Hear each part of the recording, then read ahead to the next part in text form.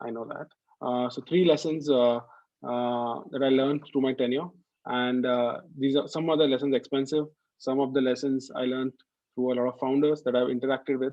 But these three lessons I cut it across brands. Like if you're small, big, any sector, anywhere, these lessons will help you, right? So I've just put in three lessons. Uh, cool. Let's go ahead. Okay. Cool. So distribution, according to me, is all about context, and if a distribution is done in the right context, you get sales. If the distribution is not there in the right context, you might or might not get sales, but the inferences drawn from that might be wrong, right? So a distribution happens when you are at the right place for the consumer and for the right occasion, right? And whenever these three meet, you get a healthy sale. What I mean by healthy sale is the store repeats you get a repeat order, maybe of the equal or a higher amount. And that's what for me is a healthy sale. Repeat twice, thrice, four times, and that's healthy sale. So wherever you're selling or wherever your sales are happening, you have to bucket into this kind of parameters. Saying that where am I getting a healthy sale? Where am I getting an inconsistent sale? Where am I getting a stock return, etc. Right? You'll not know when loss of sale happens, right? So consumers, occasions, and distribution. These are the three key parameters to know how your product is performing in the market, right? Uh, why is healthy sale very important? You know, the inferences which you can get through a healthy sale are very important, and then you apply them through your product, and then you learn through it, right? So, for example, if the product is you launched a brand and you're not getting a sales in a particular region, but you're getting a sales in a some other channel, right? When you go to that channel, you learn more as to why is the consumer and what is the occasion that they're purchasing it from. You might have a lot of stark realities for your own product, and then you can make some subtle changes in your channel mix, change in your product mix, and anything you want to, so that all the inconsistent sale and the stock returns are the healthy sale part, right? Because stock returns are hurting the brand. You don't cater to you cater to a distribution channel which is not uh, particularly there for the consumers. You are not particularly there for the occasions. So in my thing, I'll come back to this diagram for like time and again in this session, saying that how do you track this healthy sale, right? And this is a learning for me. We all, whenever we launch the brand, we get all types of sale. For me, the core part is how do I track my healthy sale? Where am I getting my healthy sale? Who are the consumers who are purchasing it? Which is the occasion for their purchasing, right? And I launched a category like 2 years back with my current company, which is AB and Bev, which is non-alcoholic beer. It's an absolutely new category. So we tracked our data through this kind of an algorithm to find out which are the occasions, which are the consumers that are, drinking it more. We increased our channel mix in that particular channel, and reduced it in channels where we were not getting it, right? So your investments are then particularly targeted towards a channel which gives you return on investment which is higher than other channels. Cool. So on to my first lesson. I think this is a very important one, and this is basics. Many of you might know it. I'll just repeat it again. Uh, the most important part of any brand, like so as a marketer, as a sales guy, is packaging, right? Like there is no other thing that is more important than this.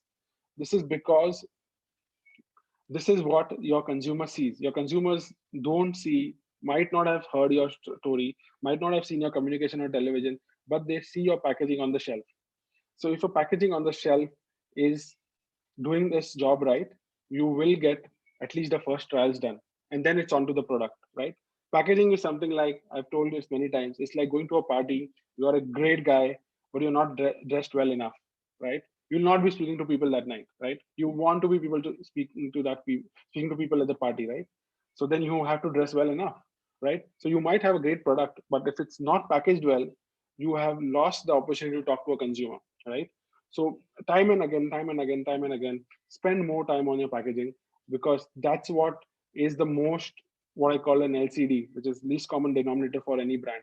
If your packaging is not right, your reads will all be inconsistent. You might get a great feedback on your product, but then you might be struggling with trials that might be because of your packaging. Even just when you're doing packaging, don't look at on presentations. Go to your vendor, see how it looks in person, because there are a lot of things that go wrong from when you launch, or when you see a presentation on or packaging presentation on your laptop versus when it actually is printed on a surface. So, so this is my learning. There are a lot of pitfalls in packaging. You don't need to hire a packaging expert.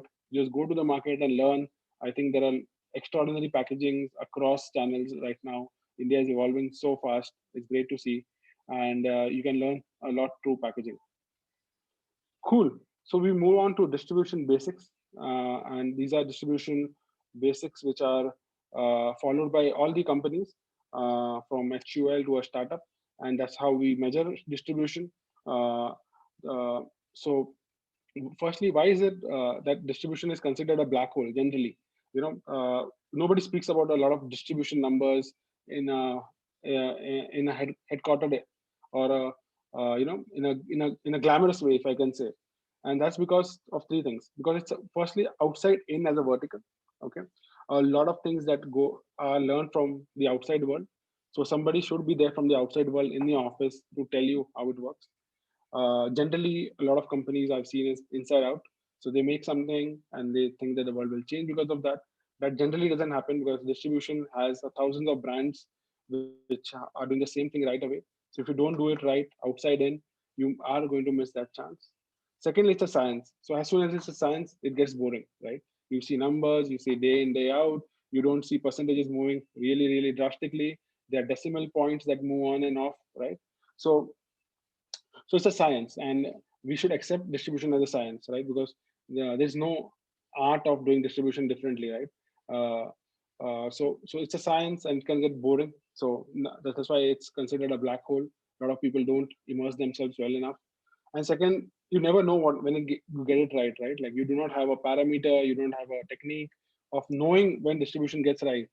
You just have to be at it, and over a period of time you will get it right. That's the learning of distribution. Like you have to just be at it, be at it, be at it, and you will get your healthy sale back, right? So that those are the three key things why it's considered a black hole. uh, so if you can see, this is how the goods go from any warehouse to any retailer. I've just marked it so that everybody is sure of what terms I'm using during my presentation. So you make it in a factory, then it goes primarily to a warehouse or a carrying and forwarding agent who stocks the goods, but the ownership of goods is still the company. Then you bill the goods to a stockist or a super stockist, who then further bills it to a distributor. The distributor gets a purchase order from a e-commerce or a retailer. He supplies the goods to the store. So this is how the goods flow in a FMCG world. Uh, and there are four key channels of the FMCG world that are important to know. First is organized or modern trade, which is basically your big bazaars, Reliance, Spencer's, 24/7s in Delhi, DMart, etc. So those are self-service stores where people can service the when they can walk, they can choose, they can browse. Uh, so that's one important channel. And for a lot of brands or products that are very impulse driven, this channel is very important. Second is your on-premise consumption. As I come from beverages, this becomes a very, very big channel for us because a lot of people drink beverages on the go. So this is a very important channel and how you tap it. So on-premise can be your restaurants, can be hotels, airports, airlines. So on the go, okay. So very important for from a again from beverage perspective. Third, in the main and the heart of Indian distribution channel is your general trade. These are the mom and pop stores we are on grown up on. This is the biggest and the most profitable channel in India and the hardest to crack, right? Because there are around 6 million outlets right now in India. So to cater to 6 million, and HUL being HUL caters to around directly around close to not even of around 4 million outlets. Not 4 million, sorry, 40 lakh outlets, if you can say. So there are like crazy number of inorganic distribution that is possible, and this channel is one of the most important channel if you want to achieve long-term profitability, right? And the fourth and the most important channel is e-commerce, which is consistently growing year on year. There are several as of now, there are around 30 to 35 retailers in India. Of course, the primary ones are Big Basket, Grofers, Milk Basket, GeoMart, and then the host of hyperlocal channels like Instamart, Swiggy, and Dunzo, right? But e-commerce is one of the channels which is growing faster. A lot of brands can do D2C, can do a lot of things on e-commerce.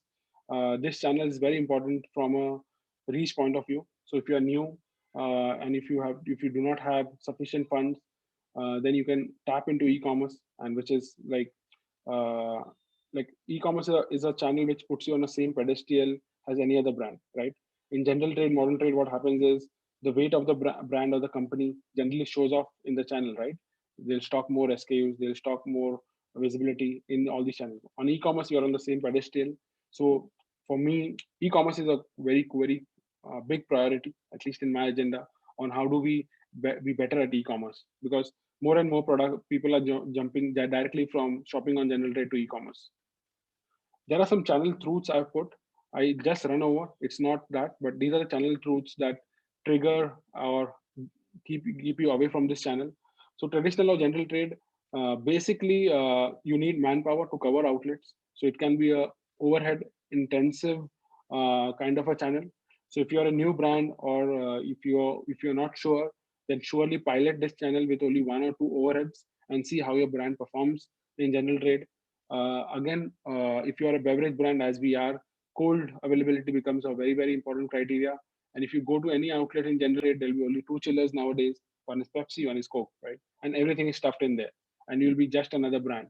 So just imagine the number of brands that get launched. And if I tell you that the chiller facings, not even the space, are across in a general trade and a modern trade or a kirana shop, not more than 108, right? And out of which half will be owned by the company which gives the chiller. In this case, either a Coke or a Pepsi. So you are fighting for a chiller space among 50 brands, among all the brands that are launched across India. So it's a so you have to get that right in your head, saying that how competitive is general trade. So surely pilot this channel, but not when you're launching the brand. No, do not put all the resources in this, because it can be very resource extensive. At the same time, the results might take some time. It will not be delivering as fast as e-commerce. Modern trade, again, a very important channel. It's important from a perspective of creating that bring brand to life, if I can say. So if you are a brand which is in the lifestyle or a space where it's best to get it to life, I think modern trade is the channel to go to. Again, in this, there are sub channels. There is a hypermarket, there is a supermarket, there are gourmet stores, there's a fresh, there's a cash and carry. So hypermarket is something like a big store, like you had the big bazaars or Reliance Signature stores, or you had the bigger stores, which were basically D-marts, which are bigger than around 4,000 square feet. That's the classification there. Then you have the supermarkets, which are walk-in. You have the Reliance stores. You have the smaller stores, Easy Days, 24/7, which are basically supermarkets. Then you have gourmet, which are the food halls of the world, which are basic specialty outlets. So if you're dealing with some specialty items, and this is the stores to attack. Then you have fresh, which is basically led by fruits and vegetables. So you have the Anandinis, your Namdharis, your Reliance Fresh stocks. Yeah. So if you are operating anything in the dairy category, or where consumption occurs in the first half of the day, then this chain becomes very important for you. And then there are cash and carry stores. So these are like feeder channels. There are only two major cash and carries in India. One is a Metro, one is Walmart. So if you are not having healthy general trade distribution, you can look at tapping cash and carries to increase your distribution in general trade, because generally retailers come to these kind of chains to bulk purchase. So you can have a program there and you can do it well. Then there is e-commerce, one of my favorite channels, because as I said, it keeps you on the same pedestal as anyone else. It is important how you activate the brands there. So consumer promos play a big part in e-commerce. Also, category relationships on how do you manage your category buyers is important here. Well, again, it's a very cluttered category. So if you look at listings, they list all the brands, but the brands that are successful, the 80/20 principle is very apparent to e-commerce, right? Because the listings can go on and on, but the money comes only to 20% of brands. So it's very important to manage your relationships, manage your inventories well at these e-commerce chains, if I can say. Um, of course, there is sometimes deep discounting, and the margins are higher in this channel, so it might lead you to bleed you for some time. But if you are okay with breaking even, or if you are looking from a trial perspective, this channels can work wonders. Horeca, again, one of the channels worst impacted after COVID, in my sense. Uh, People are not going to these chains to eat; they are ordering at home. But if you're a F&B kind of a brand, then these channels are like a must go, because people are in. What happens is, in Horeca, in general trade, there are like 20 to 30 brands on a particular day. In Horeca, there are uh, like less brands, like there can be 10 brands which are there in that chiller, right? So your competition drastically reduces, but in lieu of this competition, you might have to give higher margins. So this is a chain which I will tap only if I'm a F&B led brand, and at the same time I need people to eat or drink my brand in a particular environment. It's very important. Some of the brands have like take build their brands through each of these channels. So for example, e-commerce, we know so many brands have built themselves. Horeca, there are a lot of F&B brands like Fruity which are built on it, right? General trade, again, there are a lot of brands which are built. So you have to identify your brand and the channel mix that works for you, and then build your brand in that channel, right? Your investment, it's not that you'll not be present in other channels, but your investments will be disproportionate in that channel. That's what I mean. So you have to choose where your healthy sale is coming, and then you have to go deep in that. So if you don't know where sale is coming from, then you will most probably invest equally in all channels, and that's where the mistake happens when you're launching, especially because you have limited budgets, you spread yourself very thin, and at the same time, then the results are not happening, right? So you have to zero down in one channel mix and then go deep in it. How do you measure distribution? There are two ways of measuring distribution. One is the numeric distribution, and one is weighted distribution. Numeric distribution is an absolute number of the stores that are there in the universe for the category. For example, if you're selling cheese, then how many stores sell cheese in the world, in that universe of that city or whatever you're targeting for, right?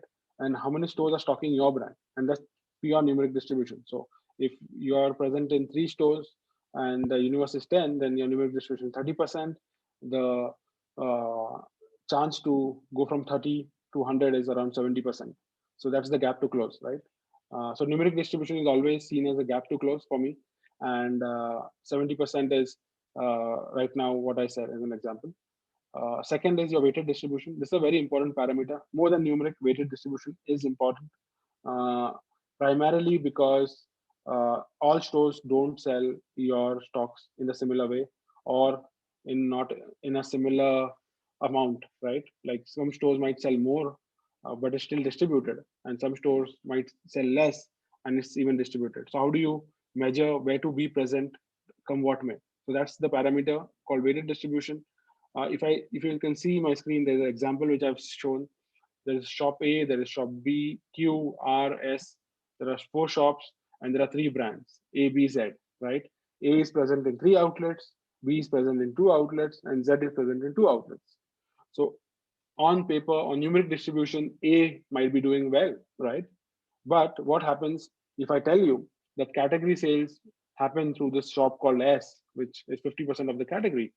Then you see that Z actually is doing a good job by being in the 2 shops that are most relevant to him.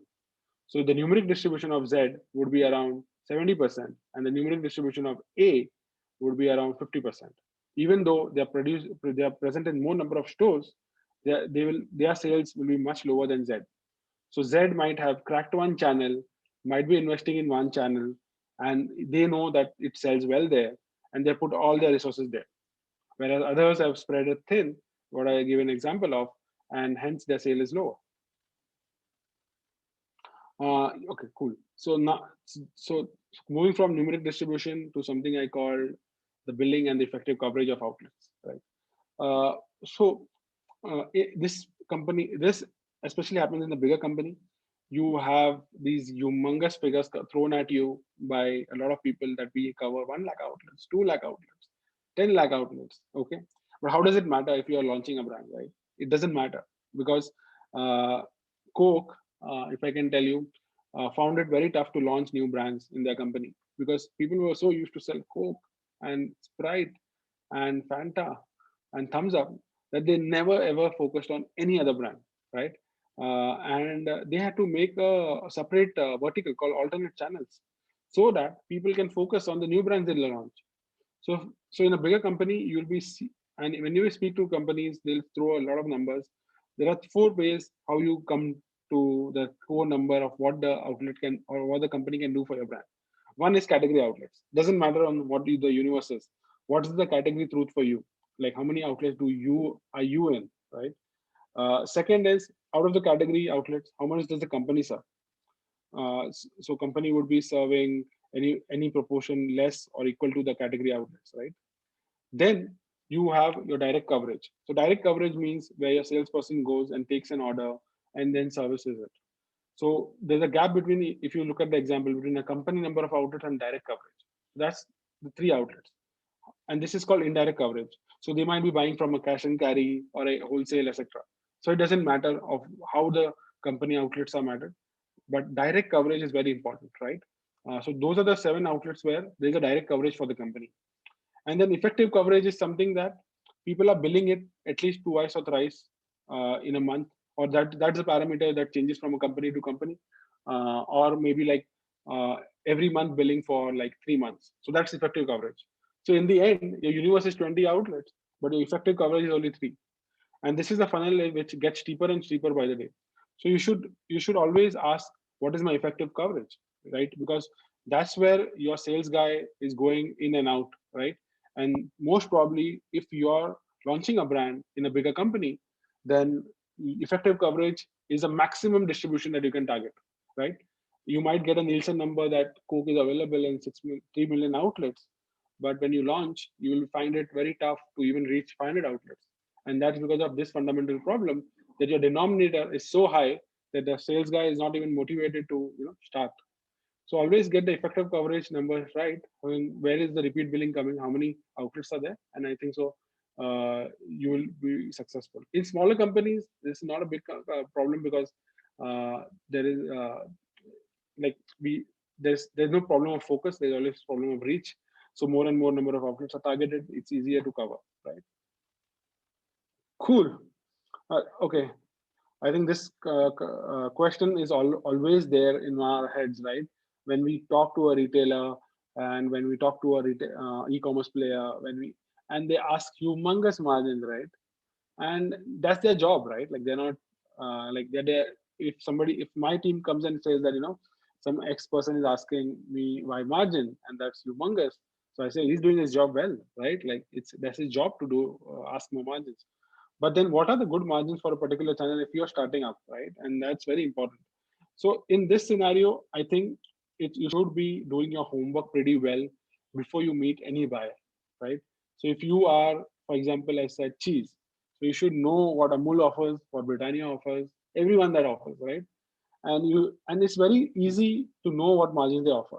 I generally get questions having, how do I figure Britannia margins? It's very easy. Go to an outlet, go to a distributor and ask him, right?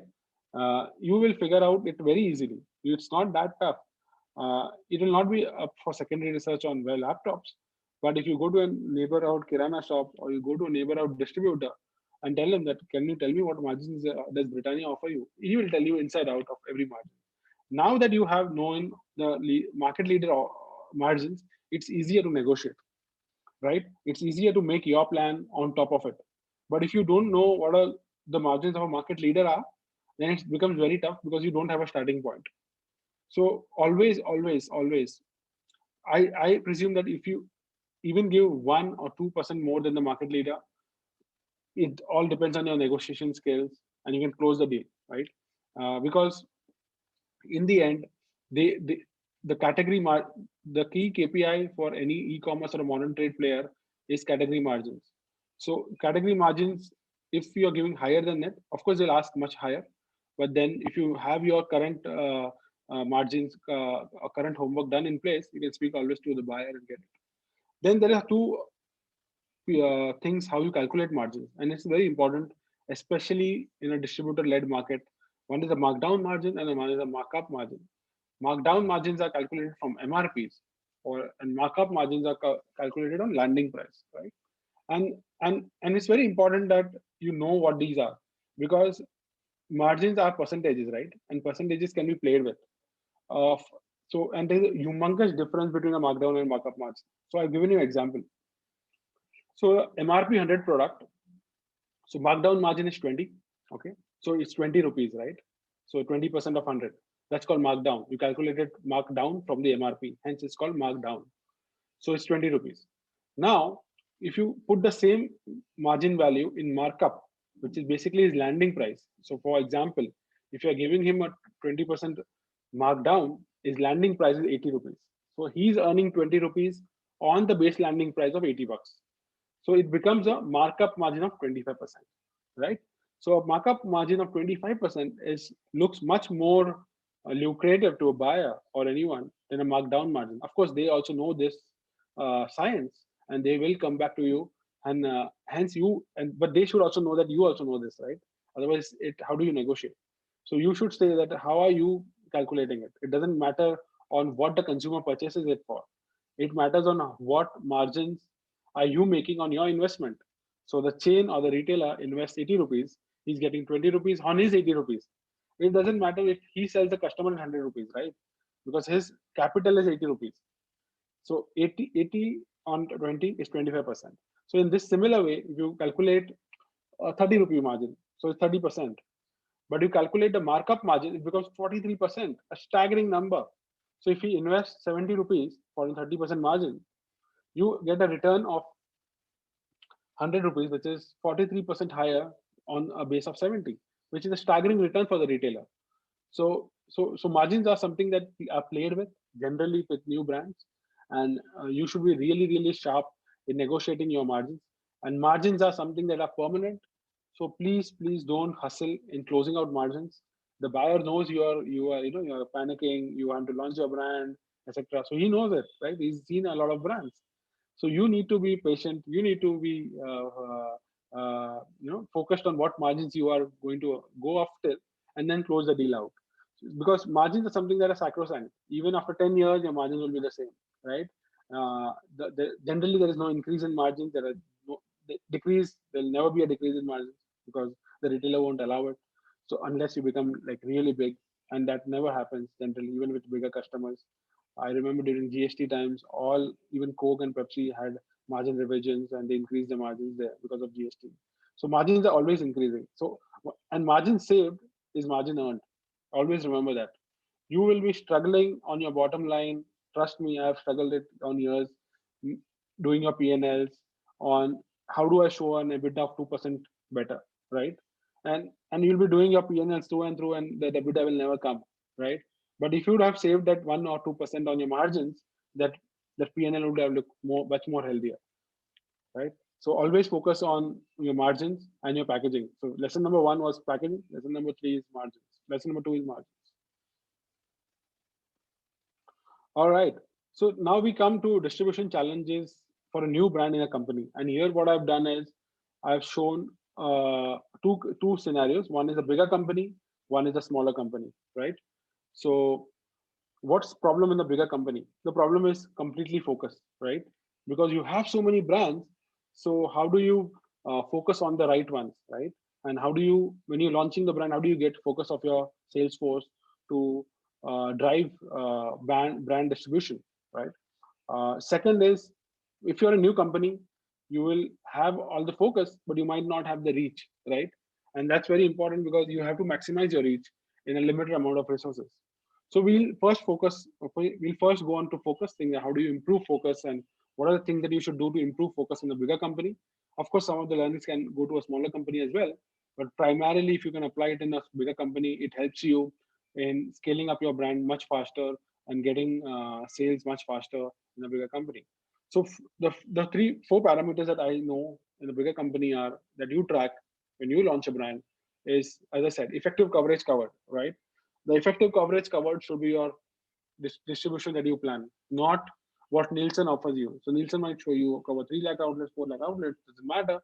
What is the billing that's happening month on month, right?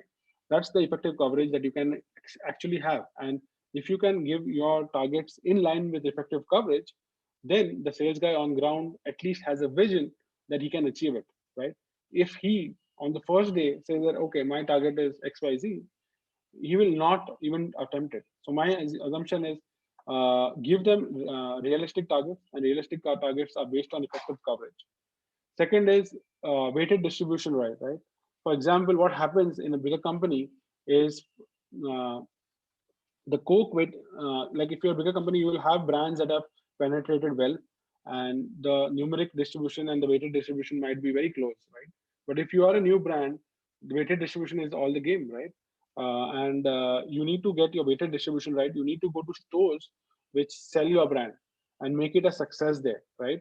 And the third point is related to the second point. Once you are in the outlet, you have to make sure your quality of execution is not normal, right? Because what happens in bigger companies that all 20 brands are executed in a similar way.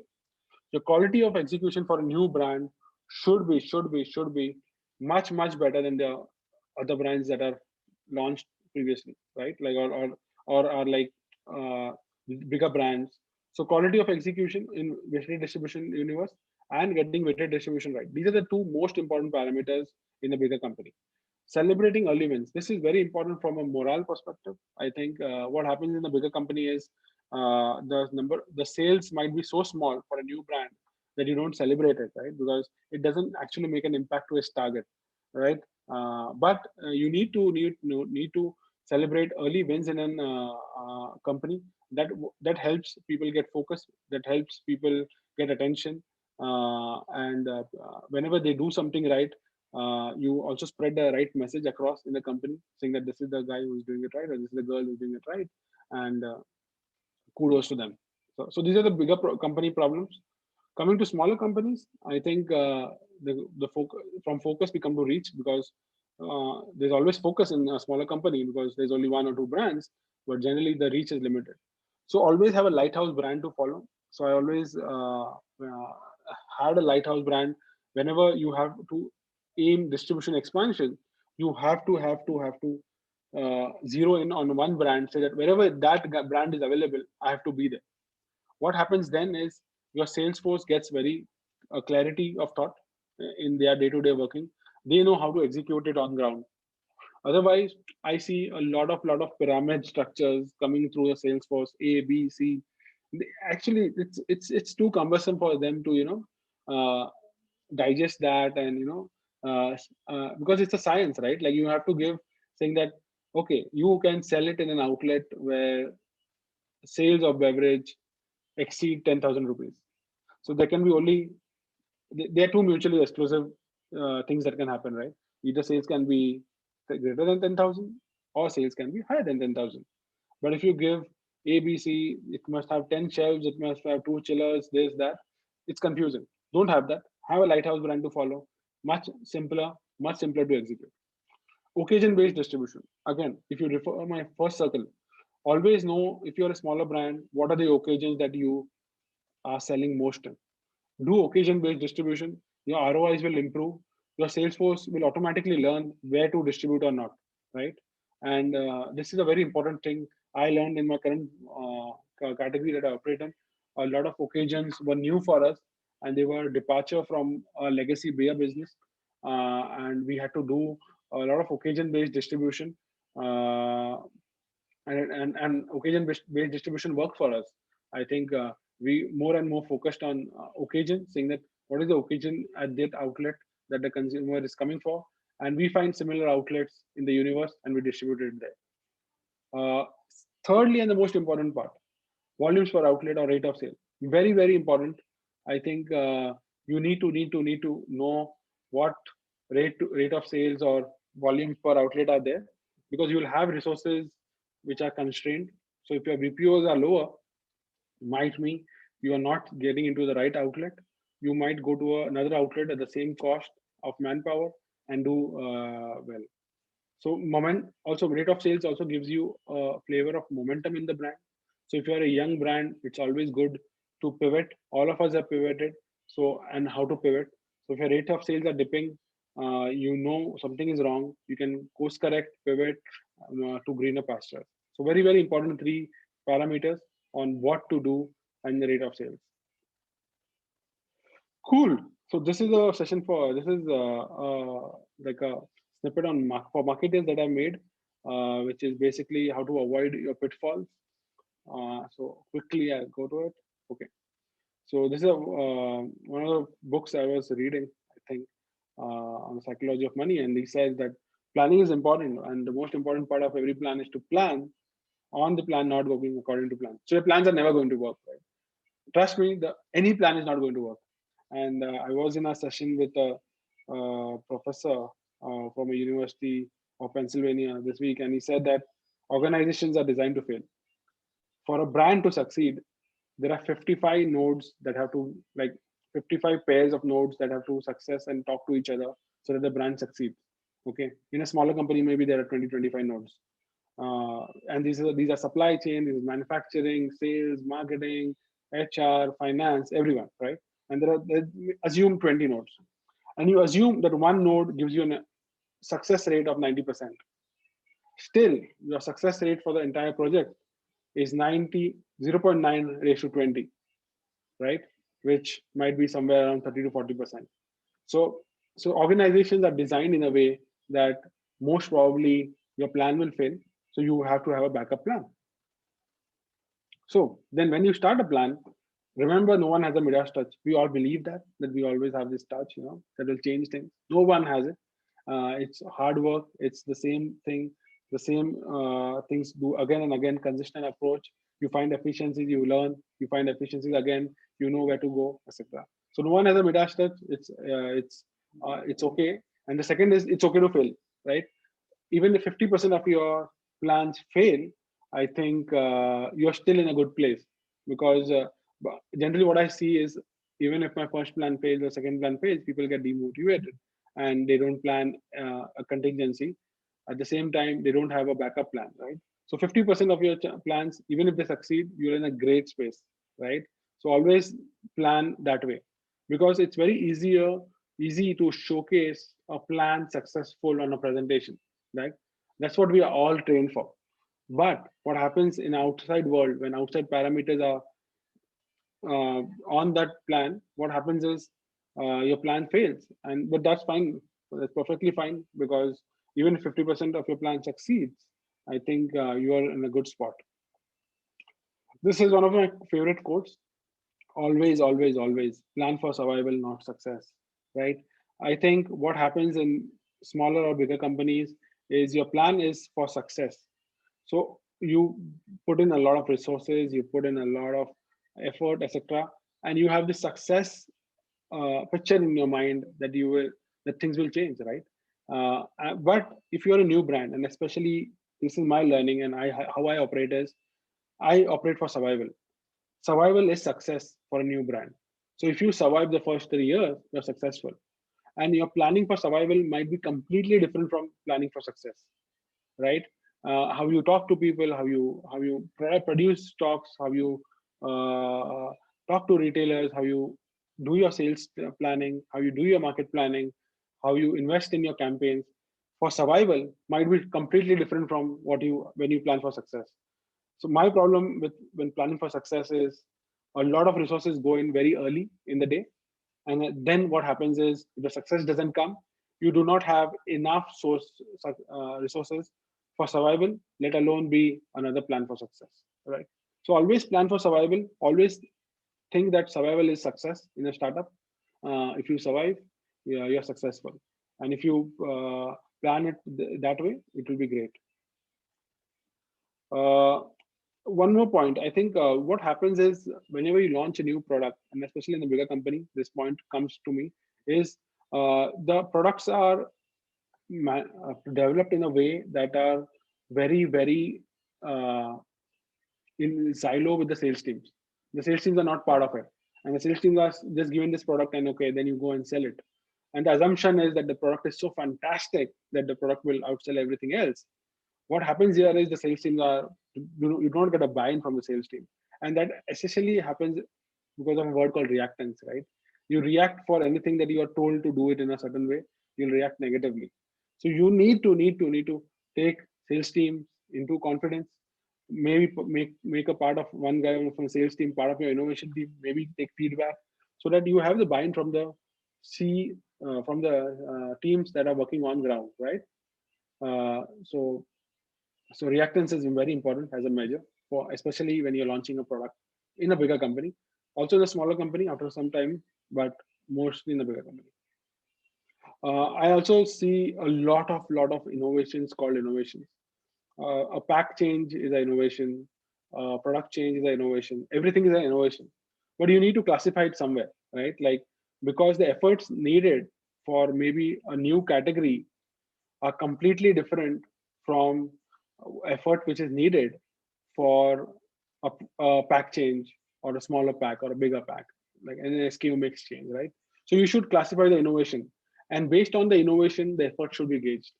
Everything cannot be an innovation, right? Like that word stands for something. So classify the innovation as to what that job has to be done, and then you can actually see the efforts in uh, comparison to what the innovation is, like what the innovation size is, essentially. This is a very good one.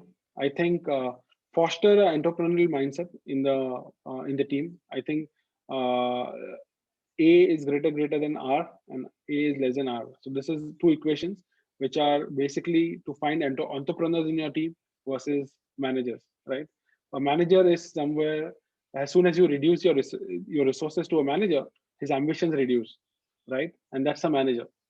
An entrepreneur, at the other hand, is his ambitions will be much higher than the resources that he has.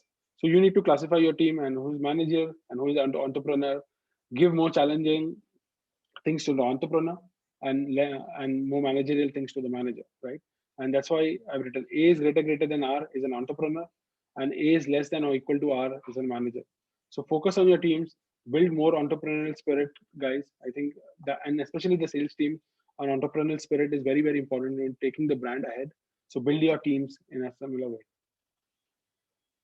Uh, Fifth thing, I think success is lying in being in boring and enjoying it, right? Like I think, yeah, as I said, sales is a science. It can be boring at times, but what happens in this boring part is you developed more and more efficiencies in your teams. You build more and more effectiveness in the plans that you make. Do not change your plans too often, because changing plans at the top level are easy, but when you translate that on the ground level or the sales teams, it becomes very tough for them to change. And if there are changes more than once or twice or thrice, then it becomes very tough for them to manage. So just be at it. I think even if it's boring, you and if you are bored, uh, just know that you are saving money. Your sales team will get a similar message across, and it will help you in the long term. So it's very important point, if I can say, that do not change your plans too often. Uh, have a consistent plan for your team, and you'll see the returns coming on 3 or 4 or 5 months, because they'll become more efficient in how they plan. They'll You might save a lot of money by being boring. Cool. Lesson number 3. So we had packaging, we had markup margins. What's the lesson number 3? So if you're a new brand, what's the one parameter that you should track in the first 100 days of launch? So you are just a new brand and you have to launch something in 100 days. How do you do it, right? The one parameter that you can track is your sell-in. Okay, sell-in is one important parameter that you track, come what may, because if the sell-in doesn't happen, sellout will not happen, right? Sell-in is something that you sell to a retailer, and sellout is something that a customer buys. So if sell-in is tough, sellout would be tougher. Why I say that? Because the retailer has seen many brands come and go, many brands more than us, right? And if sell-in is tough, that means something in your mix is not right for him to attract that, right? Maybe the product is wrong, maybe the packaging doesn't work, maybe the price is too high. So figure that out.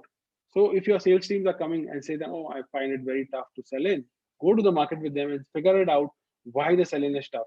Okay. You might not find a reason in day one or day two, but just know that if selling is tough, sell out will be tougher, right? Because your sales will be lower than what you're selling. So always focus on selling when you launch the brand. Make sure you have the product right so that the selling is higher and the sellout will be healthier.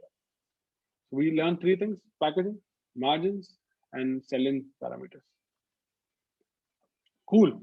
So we come to the fag and another session, but this is a very important session, important part of this session, the 1,000-day guide to launch a product. So I say, as I mentioned before, focus on a dashboard that you can track and focus on only that what you can measure. Okay, because you'll get a lot of parameters when you launch a brand. You'll get tweets, you'll get social media snippets, you'll get a lot of qualitative things, but measure what matters and ignore the noise. That's what I say. So measure what matters and ignore the noise. Let's go in. Let's see what it is. So the dashboard should measure five things. First is selling. Second is sellout. Third is momentum. Fourth is efficiency. And fifth is effectiveness. Sell in is basically how much you sell in. And I tell you, I will go deeper in each pockets, what it is. So sell in is what you sell to the retailer. Sell out is something that the consumer purchases from the retailer. Momentum is that are your sales increasing? Do you have the momentum with you? Fourth is efficiency. Are you having the rate of return on investments on your investments? And fifth is all the money that you have put effective or not? Like, is it moving the needle or not? Right. So if you can measure all five, well and good. If you can measure three to four, still good. But still try to put up a dashboard in a certain way that measures all five. So how do you measure? What are the selling KPIs? So firstly, distribution. So you can benchmark your competitions on other launches on your percentage of benchmark competitions. You can benchmark your distribution build, how your distribution is growing. Is your effective coverage, as I said, increasing month on month? Are the number of people who are billing or retailers billing it again, or they're not billing it again? If they're not billing it again, you have a problem. Then you need to cover that, right? Effective coverage. If multiple SKUs, if you launch a product with 5 flavors, are there any laggards? Are all SKUs distributed equally? So if there are some laggards, and why is that laggard? Is that flavor not working? Is it time to change the flavor? So selling KPIs can be this. From a marketing sense of view, is advertising on schedule? Is advertising giving sales lift? Very important, right? Advertising is very close to our hearts. We do it with a lot of passion, but in the end, if it doesn't give you a sales lift during a promotional period, then how does it happen? What are the promotional levers that you are leading to increase in trials, right? When you launch a brand, trials is something that is most important because that's the amount of the funnel, right? So then what are the promotional levers that you are putting in? Are they increasing sales or not? It's very, very important, right? Sell out KPIs. Sell out KPIs can be overall sales, like are your sales increasing month on month? Your trial and repeat rates. From e-commerce platforms, you can actually know on paying them some money, what are the repeat rates of consumers who have bought you before, right?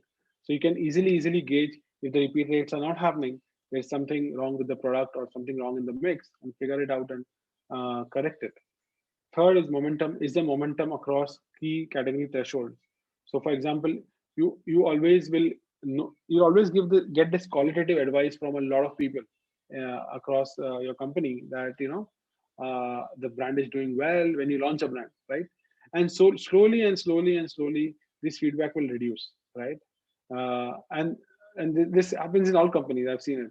Like this euphoria when you launch a brand. Oh my God, this is the next big thing, and slowly the euphoria reduces. So what happens then is your momentum generally is declining, but you'll be too late to know it because you'll be surrounded by this great feedback, right? So don't fall for it. Okay. Then there is awareness.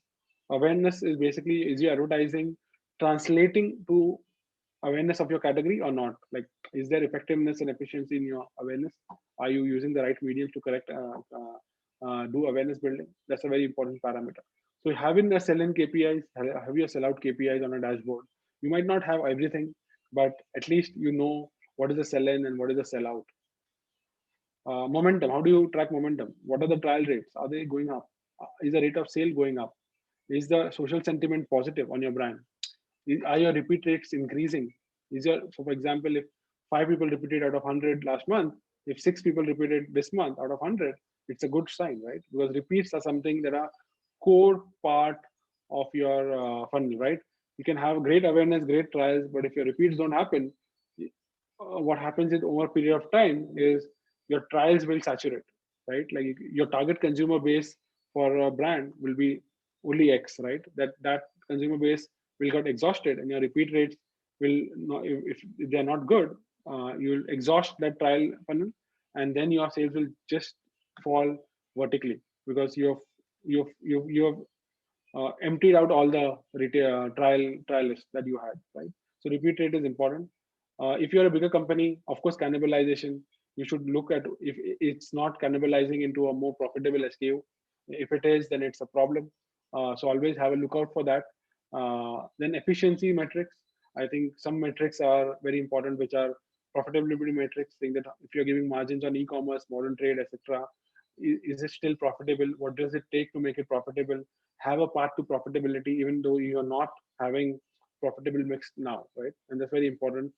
If you're having a trials done in your channels like e-com, modern trade, or general trade, then what is the cost per trial? That's very important, because are we using that money efficiently is very important to scale that program up, right? Otherwise, you might just blow up a lot of money in trials, and when you try to scale it, it might not be scalable. Effectiveness is everything you're doing or spending money, is it moving the needle or not? So percentage distribution of category is a very, very important part, because you are part of a category. You should know what percentage of the category distribution you are part of. Second is media spend. If you're doing, what is the percent of GRPs that you are generating? What are category GRPs? What is your SOM, SOV, as I say? What is the effectiveness of that? Is it in line with categories or not? Total awareness of category. Are you getting awareness as part of the category player or not? That's very important. Uh, Trade activations. A lot of early sales by brands are done on promos. So make sure everything is not on promo. What is the percentage sales or percentage mix that you have sold on a promo versus non-promo? Can ideally tell you the confidence of your sales teams. So always have this parameter saying that how much of your sales are happening on promo and how much of sales are happening on MRP, right? And the fifth is price. So you should know the fourth point actually feeds into the fifth point. If you're not selling on promo, you're selling lower than your price, right? And if you do not sell at an intended price, you do not hit your profitability benchmarks, right? So if you're not selling on an intended price, then your PNL in the long term will not be healthy. So always make sure on how much stock do you sell on your intended price is a very, very important parameter to gauge your early success on. All right. Cool. I'm done. I think, I hope everyone is there and nobody's dropped out, but I don't know. Any feedback? Yeah, I believe all are there, and I hope all of you enjoy that as much as I did. Thanks a lot, Amit. I believe that was the most simplified way I have seen distribution lessons coming to me. And it's a most complicated subject I've ever learned from B school, and can't believe it can be structured and as concise with 3 core lessons and something much consumable and usable, more importantly. Guys, Cool. I hope all of you enjoyed, and make sure that if you have any questions, use this opportunity to throw it. This is a dedicated Q&A session that we had either way planned. Uh, Before we move ahead, anyone, please? I have 2 questions that had come in earlier. Shall we take it up, Amit?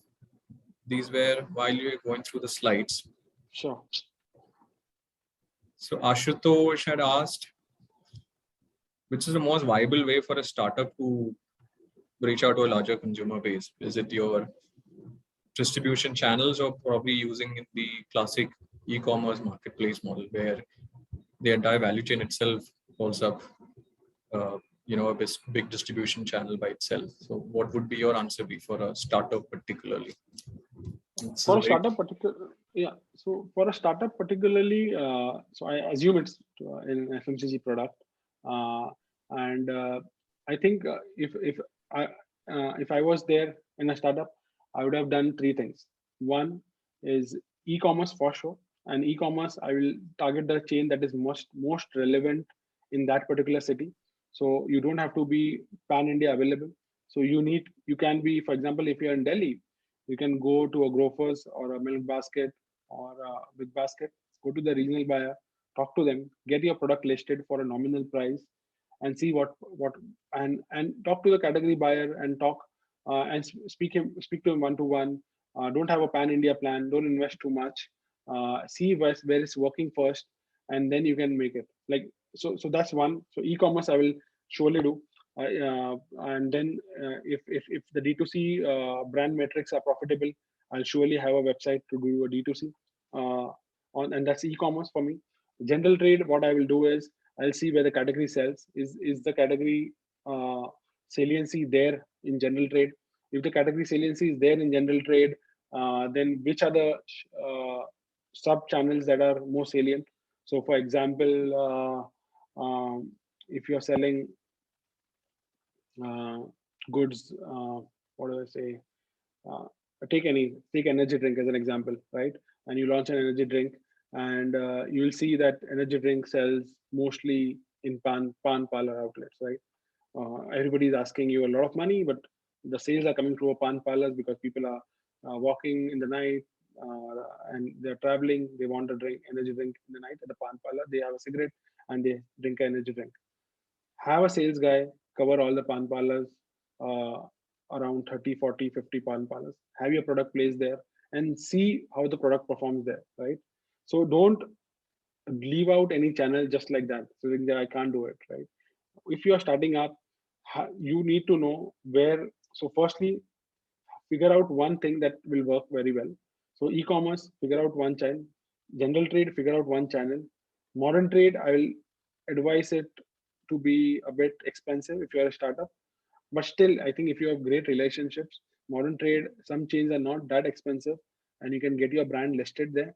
And if you are listed there, you can use that as an advertising parameter or of your brand that you're listed there and and pitch it to other chains. But of course, if you have a brand which is uh, more salient in general trade and e-commerce, it helps you also to list it on modern trade. If you're a very new brand, most probably you'll pay a lot of money to get into a modern trade chain, and the ROI will be very, very less. So just be sure that when you're entering modern trade, you're not spending a lot of money or burning up, right? great. Thanks for that answer. Before I move ahead to the next question, it's a request to all the attendees. We have shared a feedback form. Please do take a look at it and help us improve. There's a lot of effort that goes into these master classes, although it's concise and gives you straightforward learning. But make sure that we are also able to learn through the way, and these feedbacks will definitely help us for future classes. Shall I take the next question, Amit? Sure, sure. Somebody has asked, why is there differentiation in pricing across multiple channels?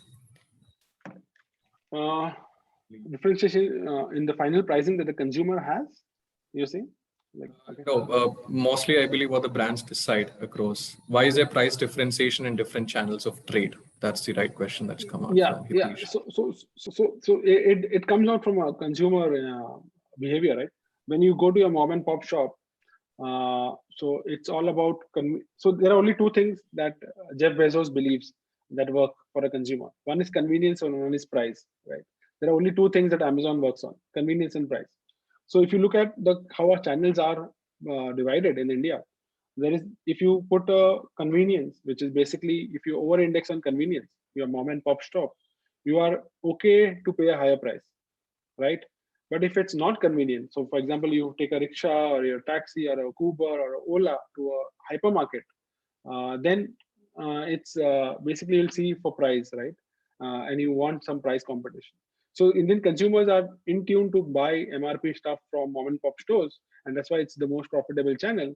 At the same time, the way modern trade is built in India and e-commerce is built in India, like Sabse Sasta Din and all, people are looking for offers. So if you do not give any offers, then the product won't move, and hence that consumer behavior leads to brands doing the same thing, right? So so so that's about it. Saying that if you are in e-commerce and modern trade, make sure your margins are lower so that you can give more promos to your consumer, because consumers are promo driven, because that's how the categories are prior. I'm saying not burn your pockets, don't burn your pockets, but if you, so the difference between a 0% promo and a 10% promo can be humongous in a modern trade and e-commerce platform, right? Because people are looking for that extra price off. They've taken that effort to come to a modern trade store, to log into an e-commerce channel, to surf, browse, etc. So if they get products at MRP, then they're disappointed. They don't buy. So even the best of brands, I think, discount it on modern trade and e-commerce. You must have seen that. One has asked, how is the overall distributor model transforming, or how will it transform post pandemic? Uh, so yeah, it's a good question. I think distribution is ever evolving. I think newer and newer models of distribution are coming. Gone are the days when you had a super stockist distributor model. Udan is coming, which is a B2B distribution chain, right? So distribution is basically, if I put it simply, uh, is catering to demand in the least cost you can for your brand, right? Like, so basically that's what distribution is, saying that how do you reach your consumer in the least cost you can possibly do, right? So distribution is ever evolving. There are different channels of like wholesalers, B2B, your traditional distribution, etc. I have I do it the other way. I see what brands work in the market. So, for example, I was in the Punjab market and I saw a lot of Hell energy drink there, right? So I went to the super stockist, I went to a distributor to just understand how Hell sells in Punjab, you know, because it caught my attention. Like every dhaba I stopped in on between the Chandigarh and Ludhiana and Jalandhar, it was Hell was available and Red Bull was not available, but Hell was available. So I was a bit amazed because I had not seen such a strong distribution for an energy drink ever in my life, except for Red Bull, right? Monster did it on and off, but so then we went there, and they said that there's one guy who is ex HUL, and they are a team of. So you'll have this. So it's a very region wise approach to distribution. I can't have a national answer, but the good thing is if you go to a region, if you visit 20 outlets, you know which brands are distributed well, and if you go back to the food chain of that distribution, you will surely know what's driving that distribution. Is it B2B? Is it wholesale? Is it the right good distributor, etc.? It can be anything. But distribution is evolving. That question is bang on. But the answer is have a very regional approach to distribution. Don't have a national approach to general trade distribution. Okay.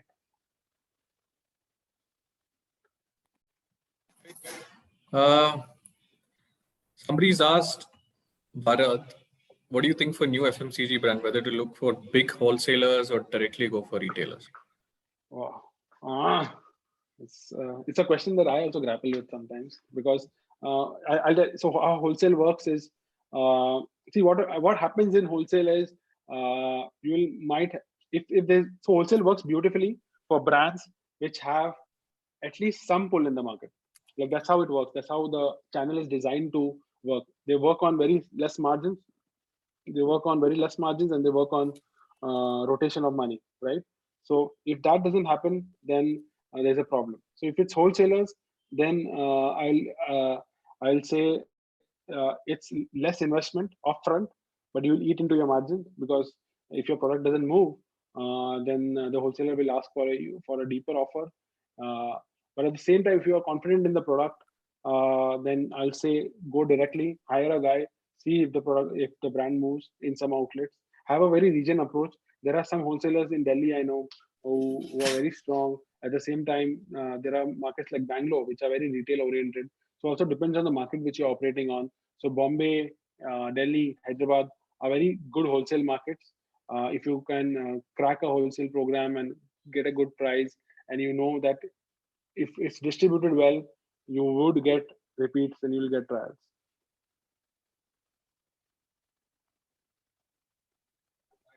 helps. Bharat, any more questions from the participants before we could conclude it? Somebody's asked, Bhupender has asked, what do you think about meat? I think more like a product-led question. Is it a good idea to invest money in Indian market? I didn't really get that. Okay. Where is the question? Okay. It's just come in recently. The last one. I don't know what he meant by that. Is he looking at, is it a good product for Indian markets, or I'm not really able to gauge it? I think I can see a lot of other questions also. I think we are a startup into an RTD iced tea. We need to ask that. We're getting good sales when we run a scheme of buy one get one in modern trade, but get very poor values when you intend to sell it on RV. Okay, cool. The answer here is RTD iced green tea. I think it's so it's so have a tapering kind of an approach, Vineet. I understand. I exactly know where you're coming from. Even I suffer it a lot of times. As soon as so basically your sales is a straight line. As soon as you give promos, it goes up, and as soon as you go down, it goes down, right? At the end of it, the area of two triangles which are formed going up and then going down on the same line, right? These are your sales delta, and these are the sales because you give the promo, right? So then what I will suggest you to is don't stop your buy one get one immediately, because that will have an impact of your sale, and you are in a startup, so you need to show a top line. I'll do two things. One is somehow give the brand a 20 no promo to buy one get one. I will not run it. I'll run it from a 10% off, 15% off, 20% off, buy two get one. Okay, so I'll straggle between two more closer promos rather than going from buy one get one to zero. Right, like that's a bigger strategy for the consumer to move on. You have to get the consumer first to a buy two get one, then buy three get one, then a 20% off, and that's how you do it, right? So straddle between promos much more. Don't go between 0 and 1. Just be between 0 and 1, not from 0 to 1. That's the answer. And go and find a different channel, right? If it's selling at buy one get one in modern trade, I'm sure the consumers are there.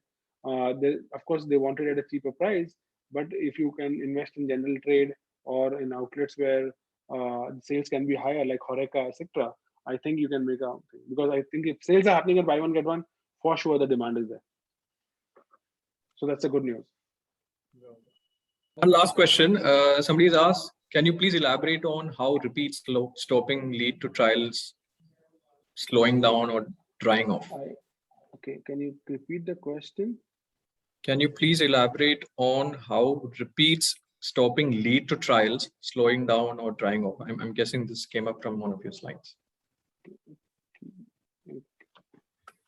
Can you just type it here so that I can just read, because I'm still not getting it.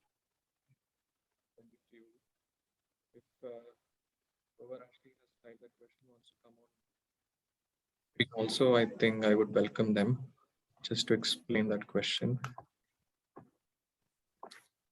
There you go. That's a question. Hello. Hi. Hey. Hi. Hey. Yeah. So you mentioned that we need to focus on the repeat sales, and especially where effectiveness comes into play. So you said that if your repeat sales are drying off, that's eventually going to lead you to kind of exhaust trials and that whole pool of where your trials come from. But I'm not exactly buying into that idea completely because of the whole funnel, right? If you target top of the funnel, that's eventually going to lead to repeat customers. Whereas focusing on the repeat customers is not always going to ensure that you have trials. And no, I think I was just a little confused there. I got it. I got it. No, I think Dave. I think it's a good question. What I meant was focus. You should have a tab on the repeat rates, right? So if a customer is repeating, that's the most profitable customer for you, right? You don't have to target him again, etc., right? Because he's coming back. But if your repeat rates are drying off, then what happens is, till a point of time, you will always in a company, you'll always have a new trial, consumers who are doing new trials come in and not repeating. Your sales might be happening, right? Like sales, yeah, like this month you sold 10 lakhs, next month also you sell 10 lakhs. That 10 lakhs ka break off should be ideally 30% repeats and 70% new trials. But if it's 100% new trials, over a period of time, you'll exhaust your trial pool. That's what I was meaning when I meant that. So so it's not that you will be having an infinite trial pool, right? You will always, because your target consumer is a finite pool. So for example, if you are a green tea, as I said, there'll be only a finite number of consumers who drink green tea, right? Over a period of 1 year, you might not, you might exhaust them, right? And then there's nobody more to try your brand. So if there are if there are no repeats happening in the first 5 months, you would not realize it because your trials are still happening with the entire audience, right? And hence that repeat rate, having the know-how of the repeat rate is very important. That's what I meant. Got it. Thank you so much. Thank you. Okay, we have one question from Yota. How did you finalize the channel on where to launch first while launching 0.0 as it was a new category? I don't know whether he was referring to a brand here. And what is the competition that you will consider within that category? As I said, I think benchmark at that time was Red Bull for me because it was in the same price point to 0.0. So we targeted wherever Red Bull sold. Of course, it didn't work in some channels, it worked in some channels. But one of the key channels was on-premise when I launched because it was a new category. So the context of occasion sampling was very important. I could not do it in modern trade, e-commerce, and general trade. So very, very important channel for me in the first years was on-premise consumption. Like the brand had to be seen in hands which like in the right hands, right? And on-premise gives you a advantage on that. So great. I think we can conclude the session, Amit. Thanks again for those wonderful questions, participants. And I've seen so many messages saying that they were late to join. So we will be having a recorded session uploaded on our landing page. You can track down academy.winnerbrands.in and just subscribe to not just this masterclass, but our previous masterclass as well. And just pick up your notes anytime on demand. Don't forget to also share your feedback from the session. That will definitely be valuable for us as well. Any other interactions, please feel free to email us on info@winnerbrands.in or just browse through our website and keep giving us your queries. Thank you again. Thanks, Amit, for your time on Saturday afternoon. That was, like I said, a very concise but extremely useful session. Plenty of learnings for me personally as well. Thank you. Thanks all. Have a great Saturday afternoon and rest of the weekend. Thanks, Amit. If you wish to. Thank you, everyone. And if you have any questions, do Asha know. I will be glad to answer it. And have a great Saturday and Sunday. Enjoy your time with your family. Take care. Bye. Thank you very much. Thank you very much.